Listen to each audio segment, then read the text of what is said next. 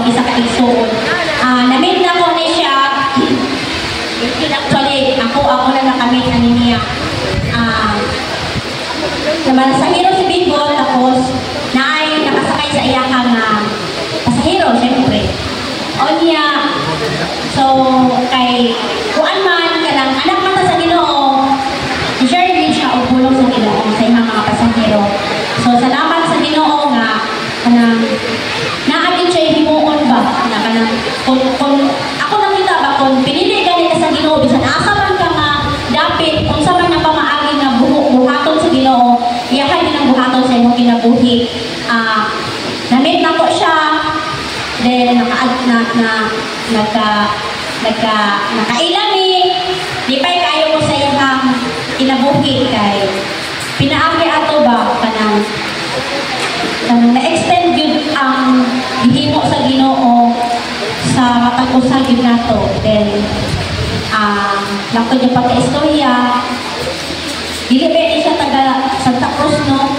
Medyo layo po, pero grabe ang hihimo sa Ginoo kay nakauban din nato siya karon. Ako ang welcome si Ate Cherry.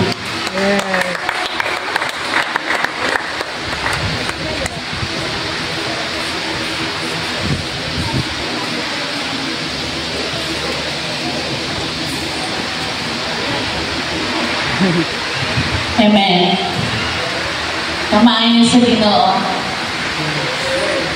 Kagaminang buntag inugin si Lord, patestimonon daw ko. Pero ang kaayos hindi mo sa ko ang kinabuhi, daghan. Inikitado lang ang ako ang time. Then the Lord spoke to my heart. Isulti ko nga nung naabot ka niya. Grabe kaayo ang Ginoo sa akong kinabuhi. Miyagi ko nga nahimo kong single mom. Miabot ko sa punto nga ako mga anak akong ipa-eskwela pero I live by faith.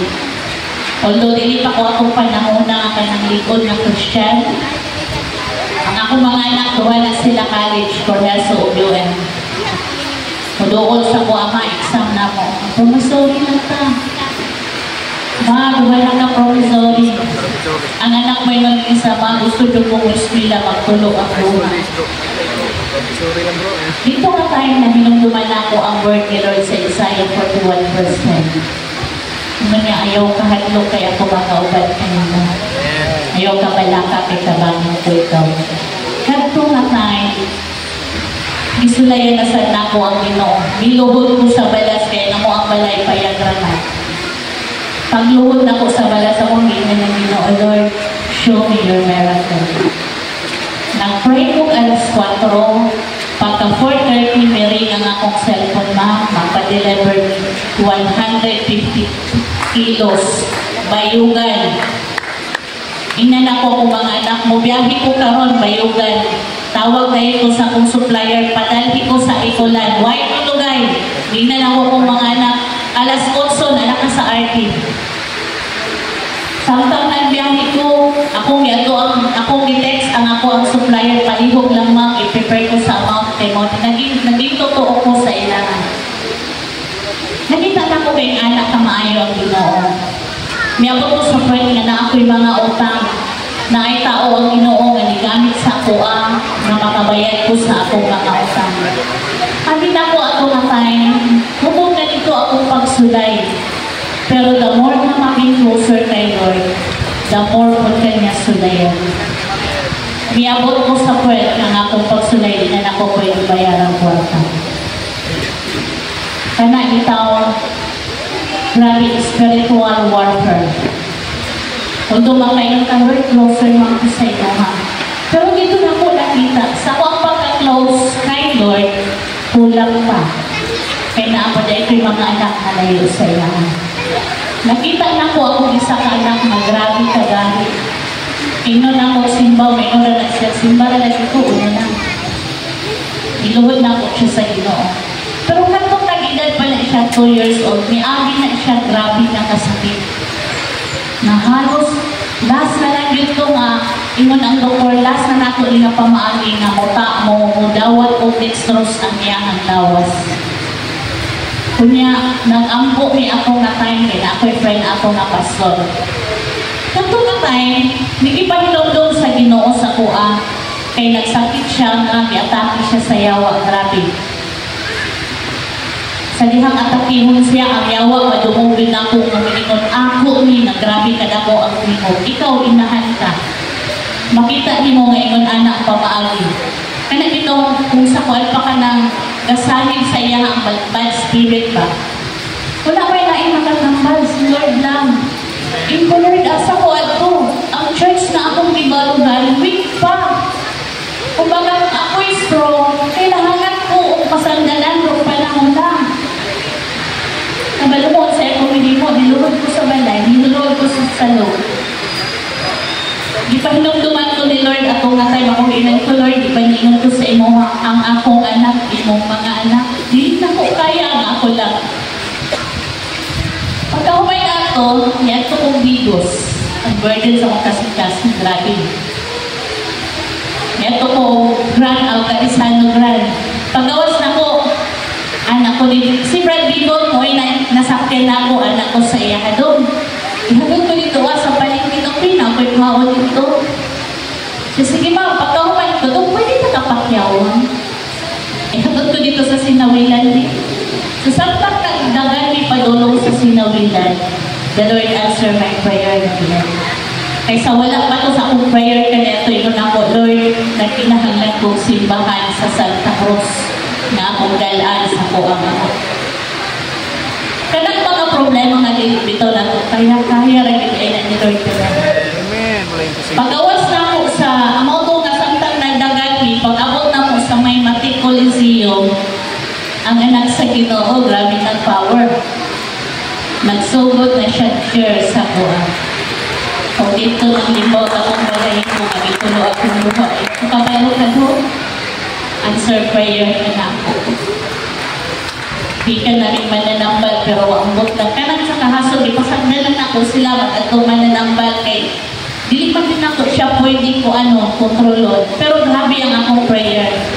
Pero katong time na yun, grabe na yun ako ang kanang ikaw mag-pray, ikaw ka kanang heart to heart kay Lord, kanang ito di mo si Lord, lingkod diha, mag-istorya, tatabagi ko.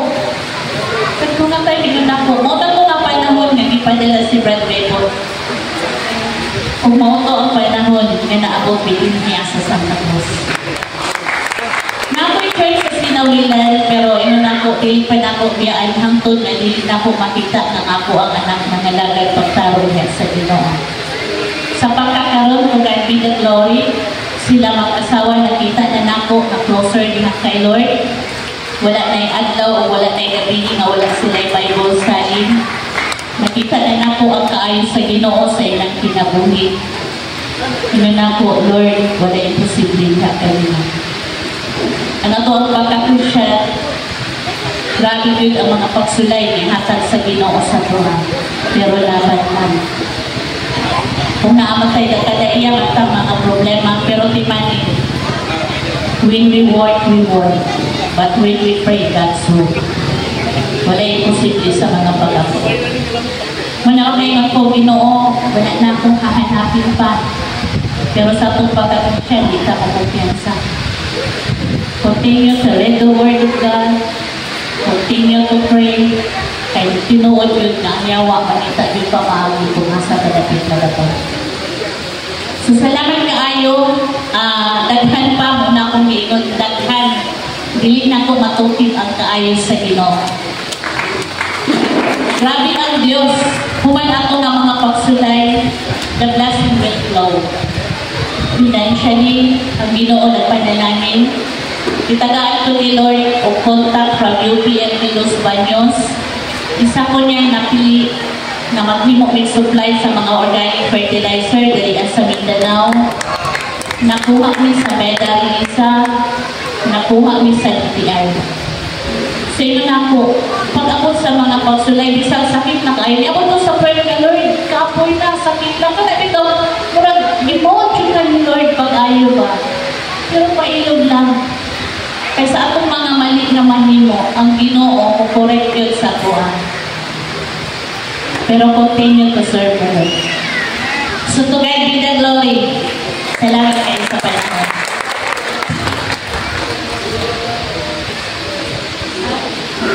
Lord, salamat po, Diyos, sa kinabuhi ng Teacher. Salamat, Lord, sa iyong gihimo, sa iyong kinabuhi kung sa kamang milagroso na Diyos, ganihimo sa kanan, Ginoo, Lord.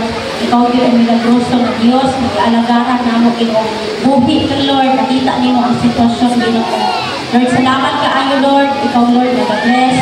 Lord, kabuhi sa iyong hamili, kadugo ang testimony at Cherry, nabili din ng stats sa kaawan nito. Salamat din, Lord, sa iyong pagkamaayo. Samta kami magpapadayon, Lord. Continue to bless. Ginoo sa matagpusa na imo ka mga anakan karong Ginoo. Lord, salamat ka ayo, Ginoo. Padayon ka na mag-auban. Kanang Ginoo himaya, kanimo lamang sa pangalan mo.